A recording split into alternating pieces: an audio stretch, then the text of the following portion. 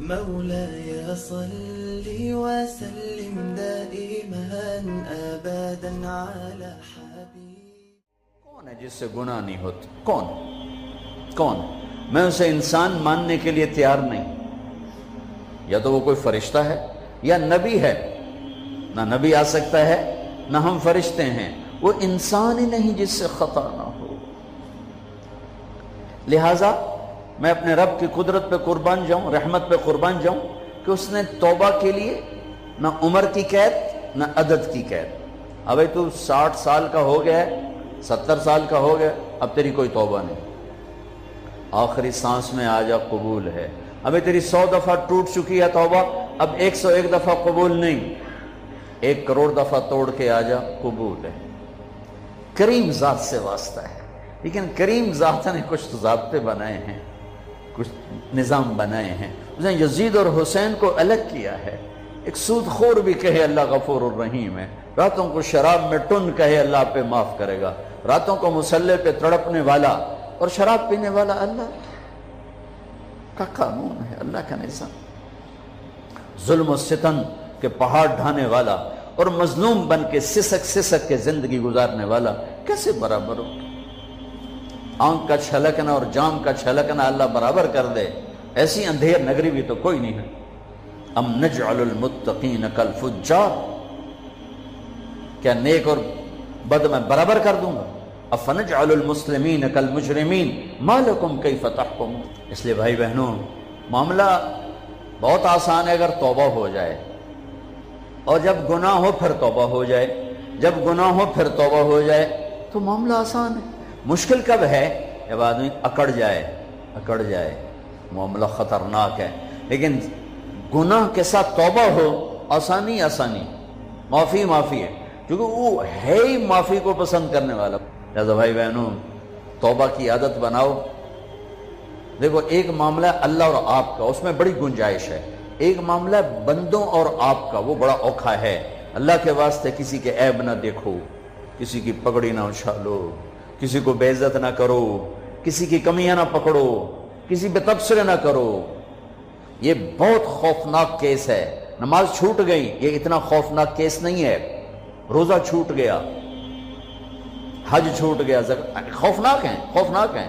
لیکن یہ ڈائریکٹ اللہ کے ساتھ ہے، جب چاہے معاف کر دو. لیکن میرا اور آصف کا جو معاملہ ہے، میرا اور سردار صاحب کا جو معاملہ ہے، میرا اور آپ کا جو معاملہ ہے، یہ بہت خوفناک ہے. اس میں کسا ہوا قانون ہے کہ کسی کو حقیر نہ جانو. عیسیٰ علیہ السلام گزر رہے تھے اپنے ساتھیوں کا، ایک ڈاکو اوپر بیٹھا تھا پہاڑ پر، چوٹی پر.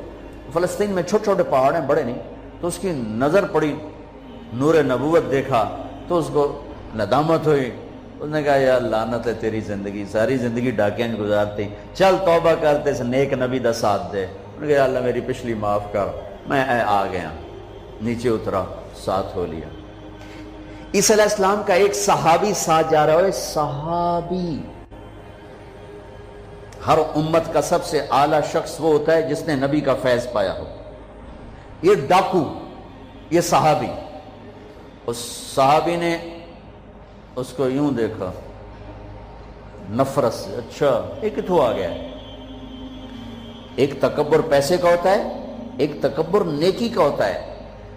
یہ پردے والی عورتیں بے پرد عورت کو یوں دیکھتی ہیں، انہیں نہیں پتا کہ انہوں نے بے پردگی سے بھی بڑی تباہی پھیلا تھی. ایک پیسے کا تکبر ہے، ایک نیکی کا تکبر ہے. ہم دیندار لوگ ہیں، ہم پردہ دار خواتین ہیں، یہ بے غیرت بے حیا ہیں. اور میں نے تو ناچنے والیوں میں بھی اللہ کی محبت کو دیکھا.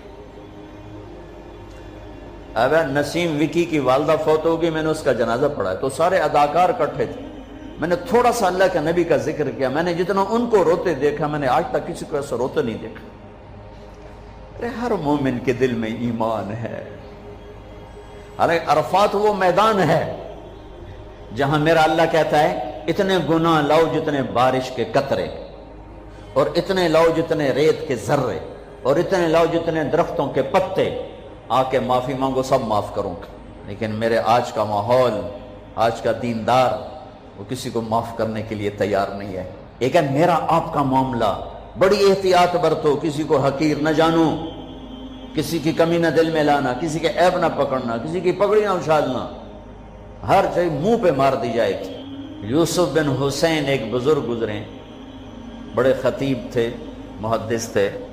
جب انتقال ہونے لگا تو کہنے لگے یا اللہ، ایک میرے پاس 2 نمبری ہے اور ایک میرے پاس 1 نمبری ہے۔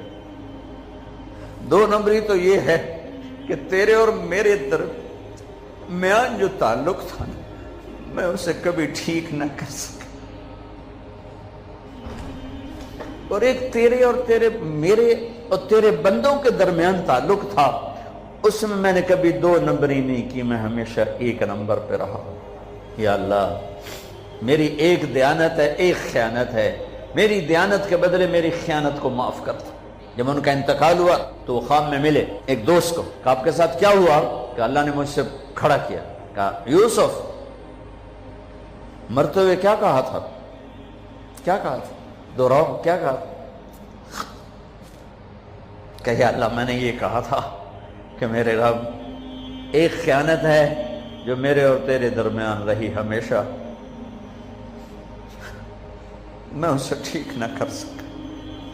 ایک دیانت ہے جو میرے اور تیرے بندوں کے درمیان رہی، میری دیانت کے بدلے میری خیانت کو معاف کر۔ تو کہا یوسف، بس تیری یہ بات ہمیں پسند آئی، جاؤ معاف کیا۔ میرے نبی نے بڑے عجیب واقعہ سنا ہے۔ ایک تو قیامت کے دن 2 آدمیوں کو کہے گا چلو جہنم کی طرف، تو ایک دوڑ لگا دے گا اور ایک چلتے چلتے پیچھے مڑ کے دیکھے، پھر آگے جائے گا، پھر دیکھے، تو اللہ دونوں کو واپس بلا لے گا۔ ہاں بھائی، تو نے دوڑ کیوں لگائی؟ آگے دیکھ نہیں رہے ہو جہنم میں؟ کہے گا یا اللہ، تیری نہ ماننے کی وجہ سے تو جہنم دیکھی، تو مجھے خیال ہے آج ہی تیری مان لو، شاید تیری رحمت متوجہ ہو جائے۔ کہا اچھا بھائی، تو کیوں پیچھے مڑ مڑ کے دیکھ رہا تھا؟ کہ یا اللہ، تیرے بارے میں سنا تھا تو بڑا مہربان ہے، تو میں دیکھ رہا تھا کہ شاید تیری رحمت کہے گی آ جا۔ کوئی نہیں، آ جا۔ تو اللہ کہے گا چلو تھوڑی گل میں نے بڑی چنگی لگی، جاؤ جنت میں چلے جاؤ۔ معاملہ تو ایسی کریم ذات سے، ایک آدمی کی ایک نیکی کم پڑ جائے گی، ایک، تیری ایک نیکی اگر بڑھ گئی نا تو میں تمہیں جنت دے دوں گا۔ اب یوں ہے، کہے گا چلو یا اللہ میں لے آم نا، اللہ کہے گا جا کسی کو لے آ، میں تمہیں جنت دے دینا۔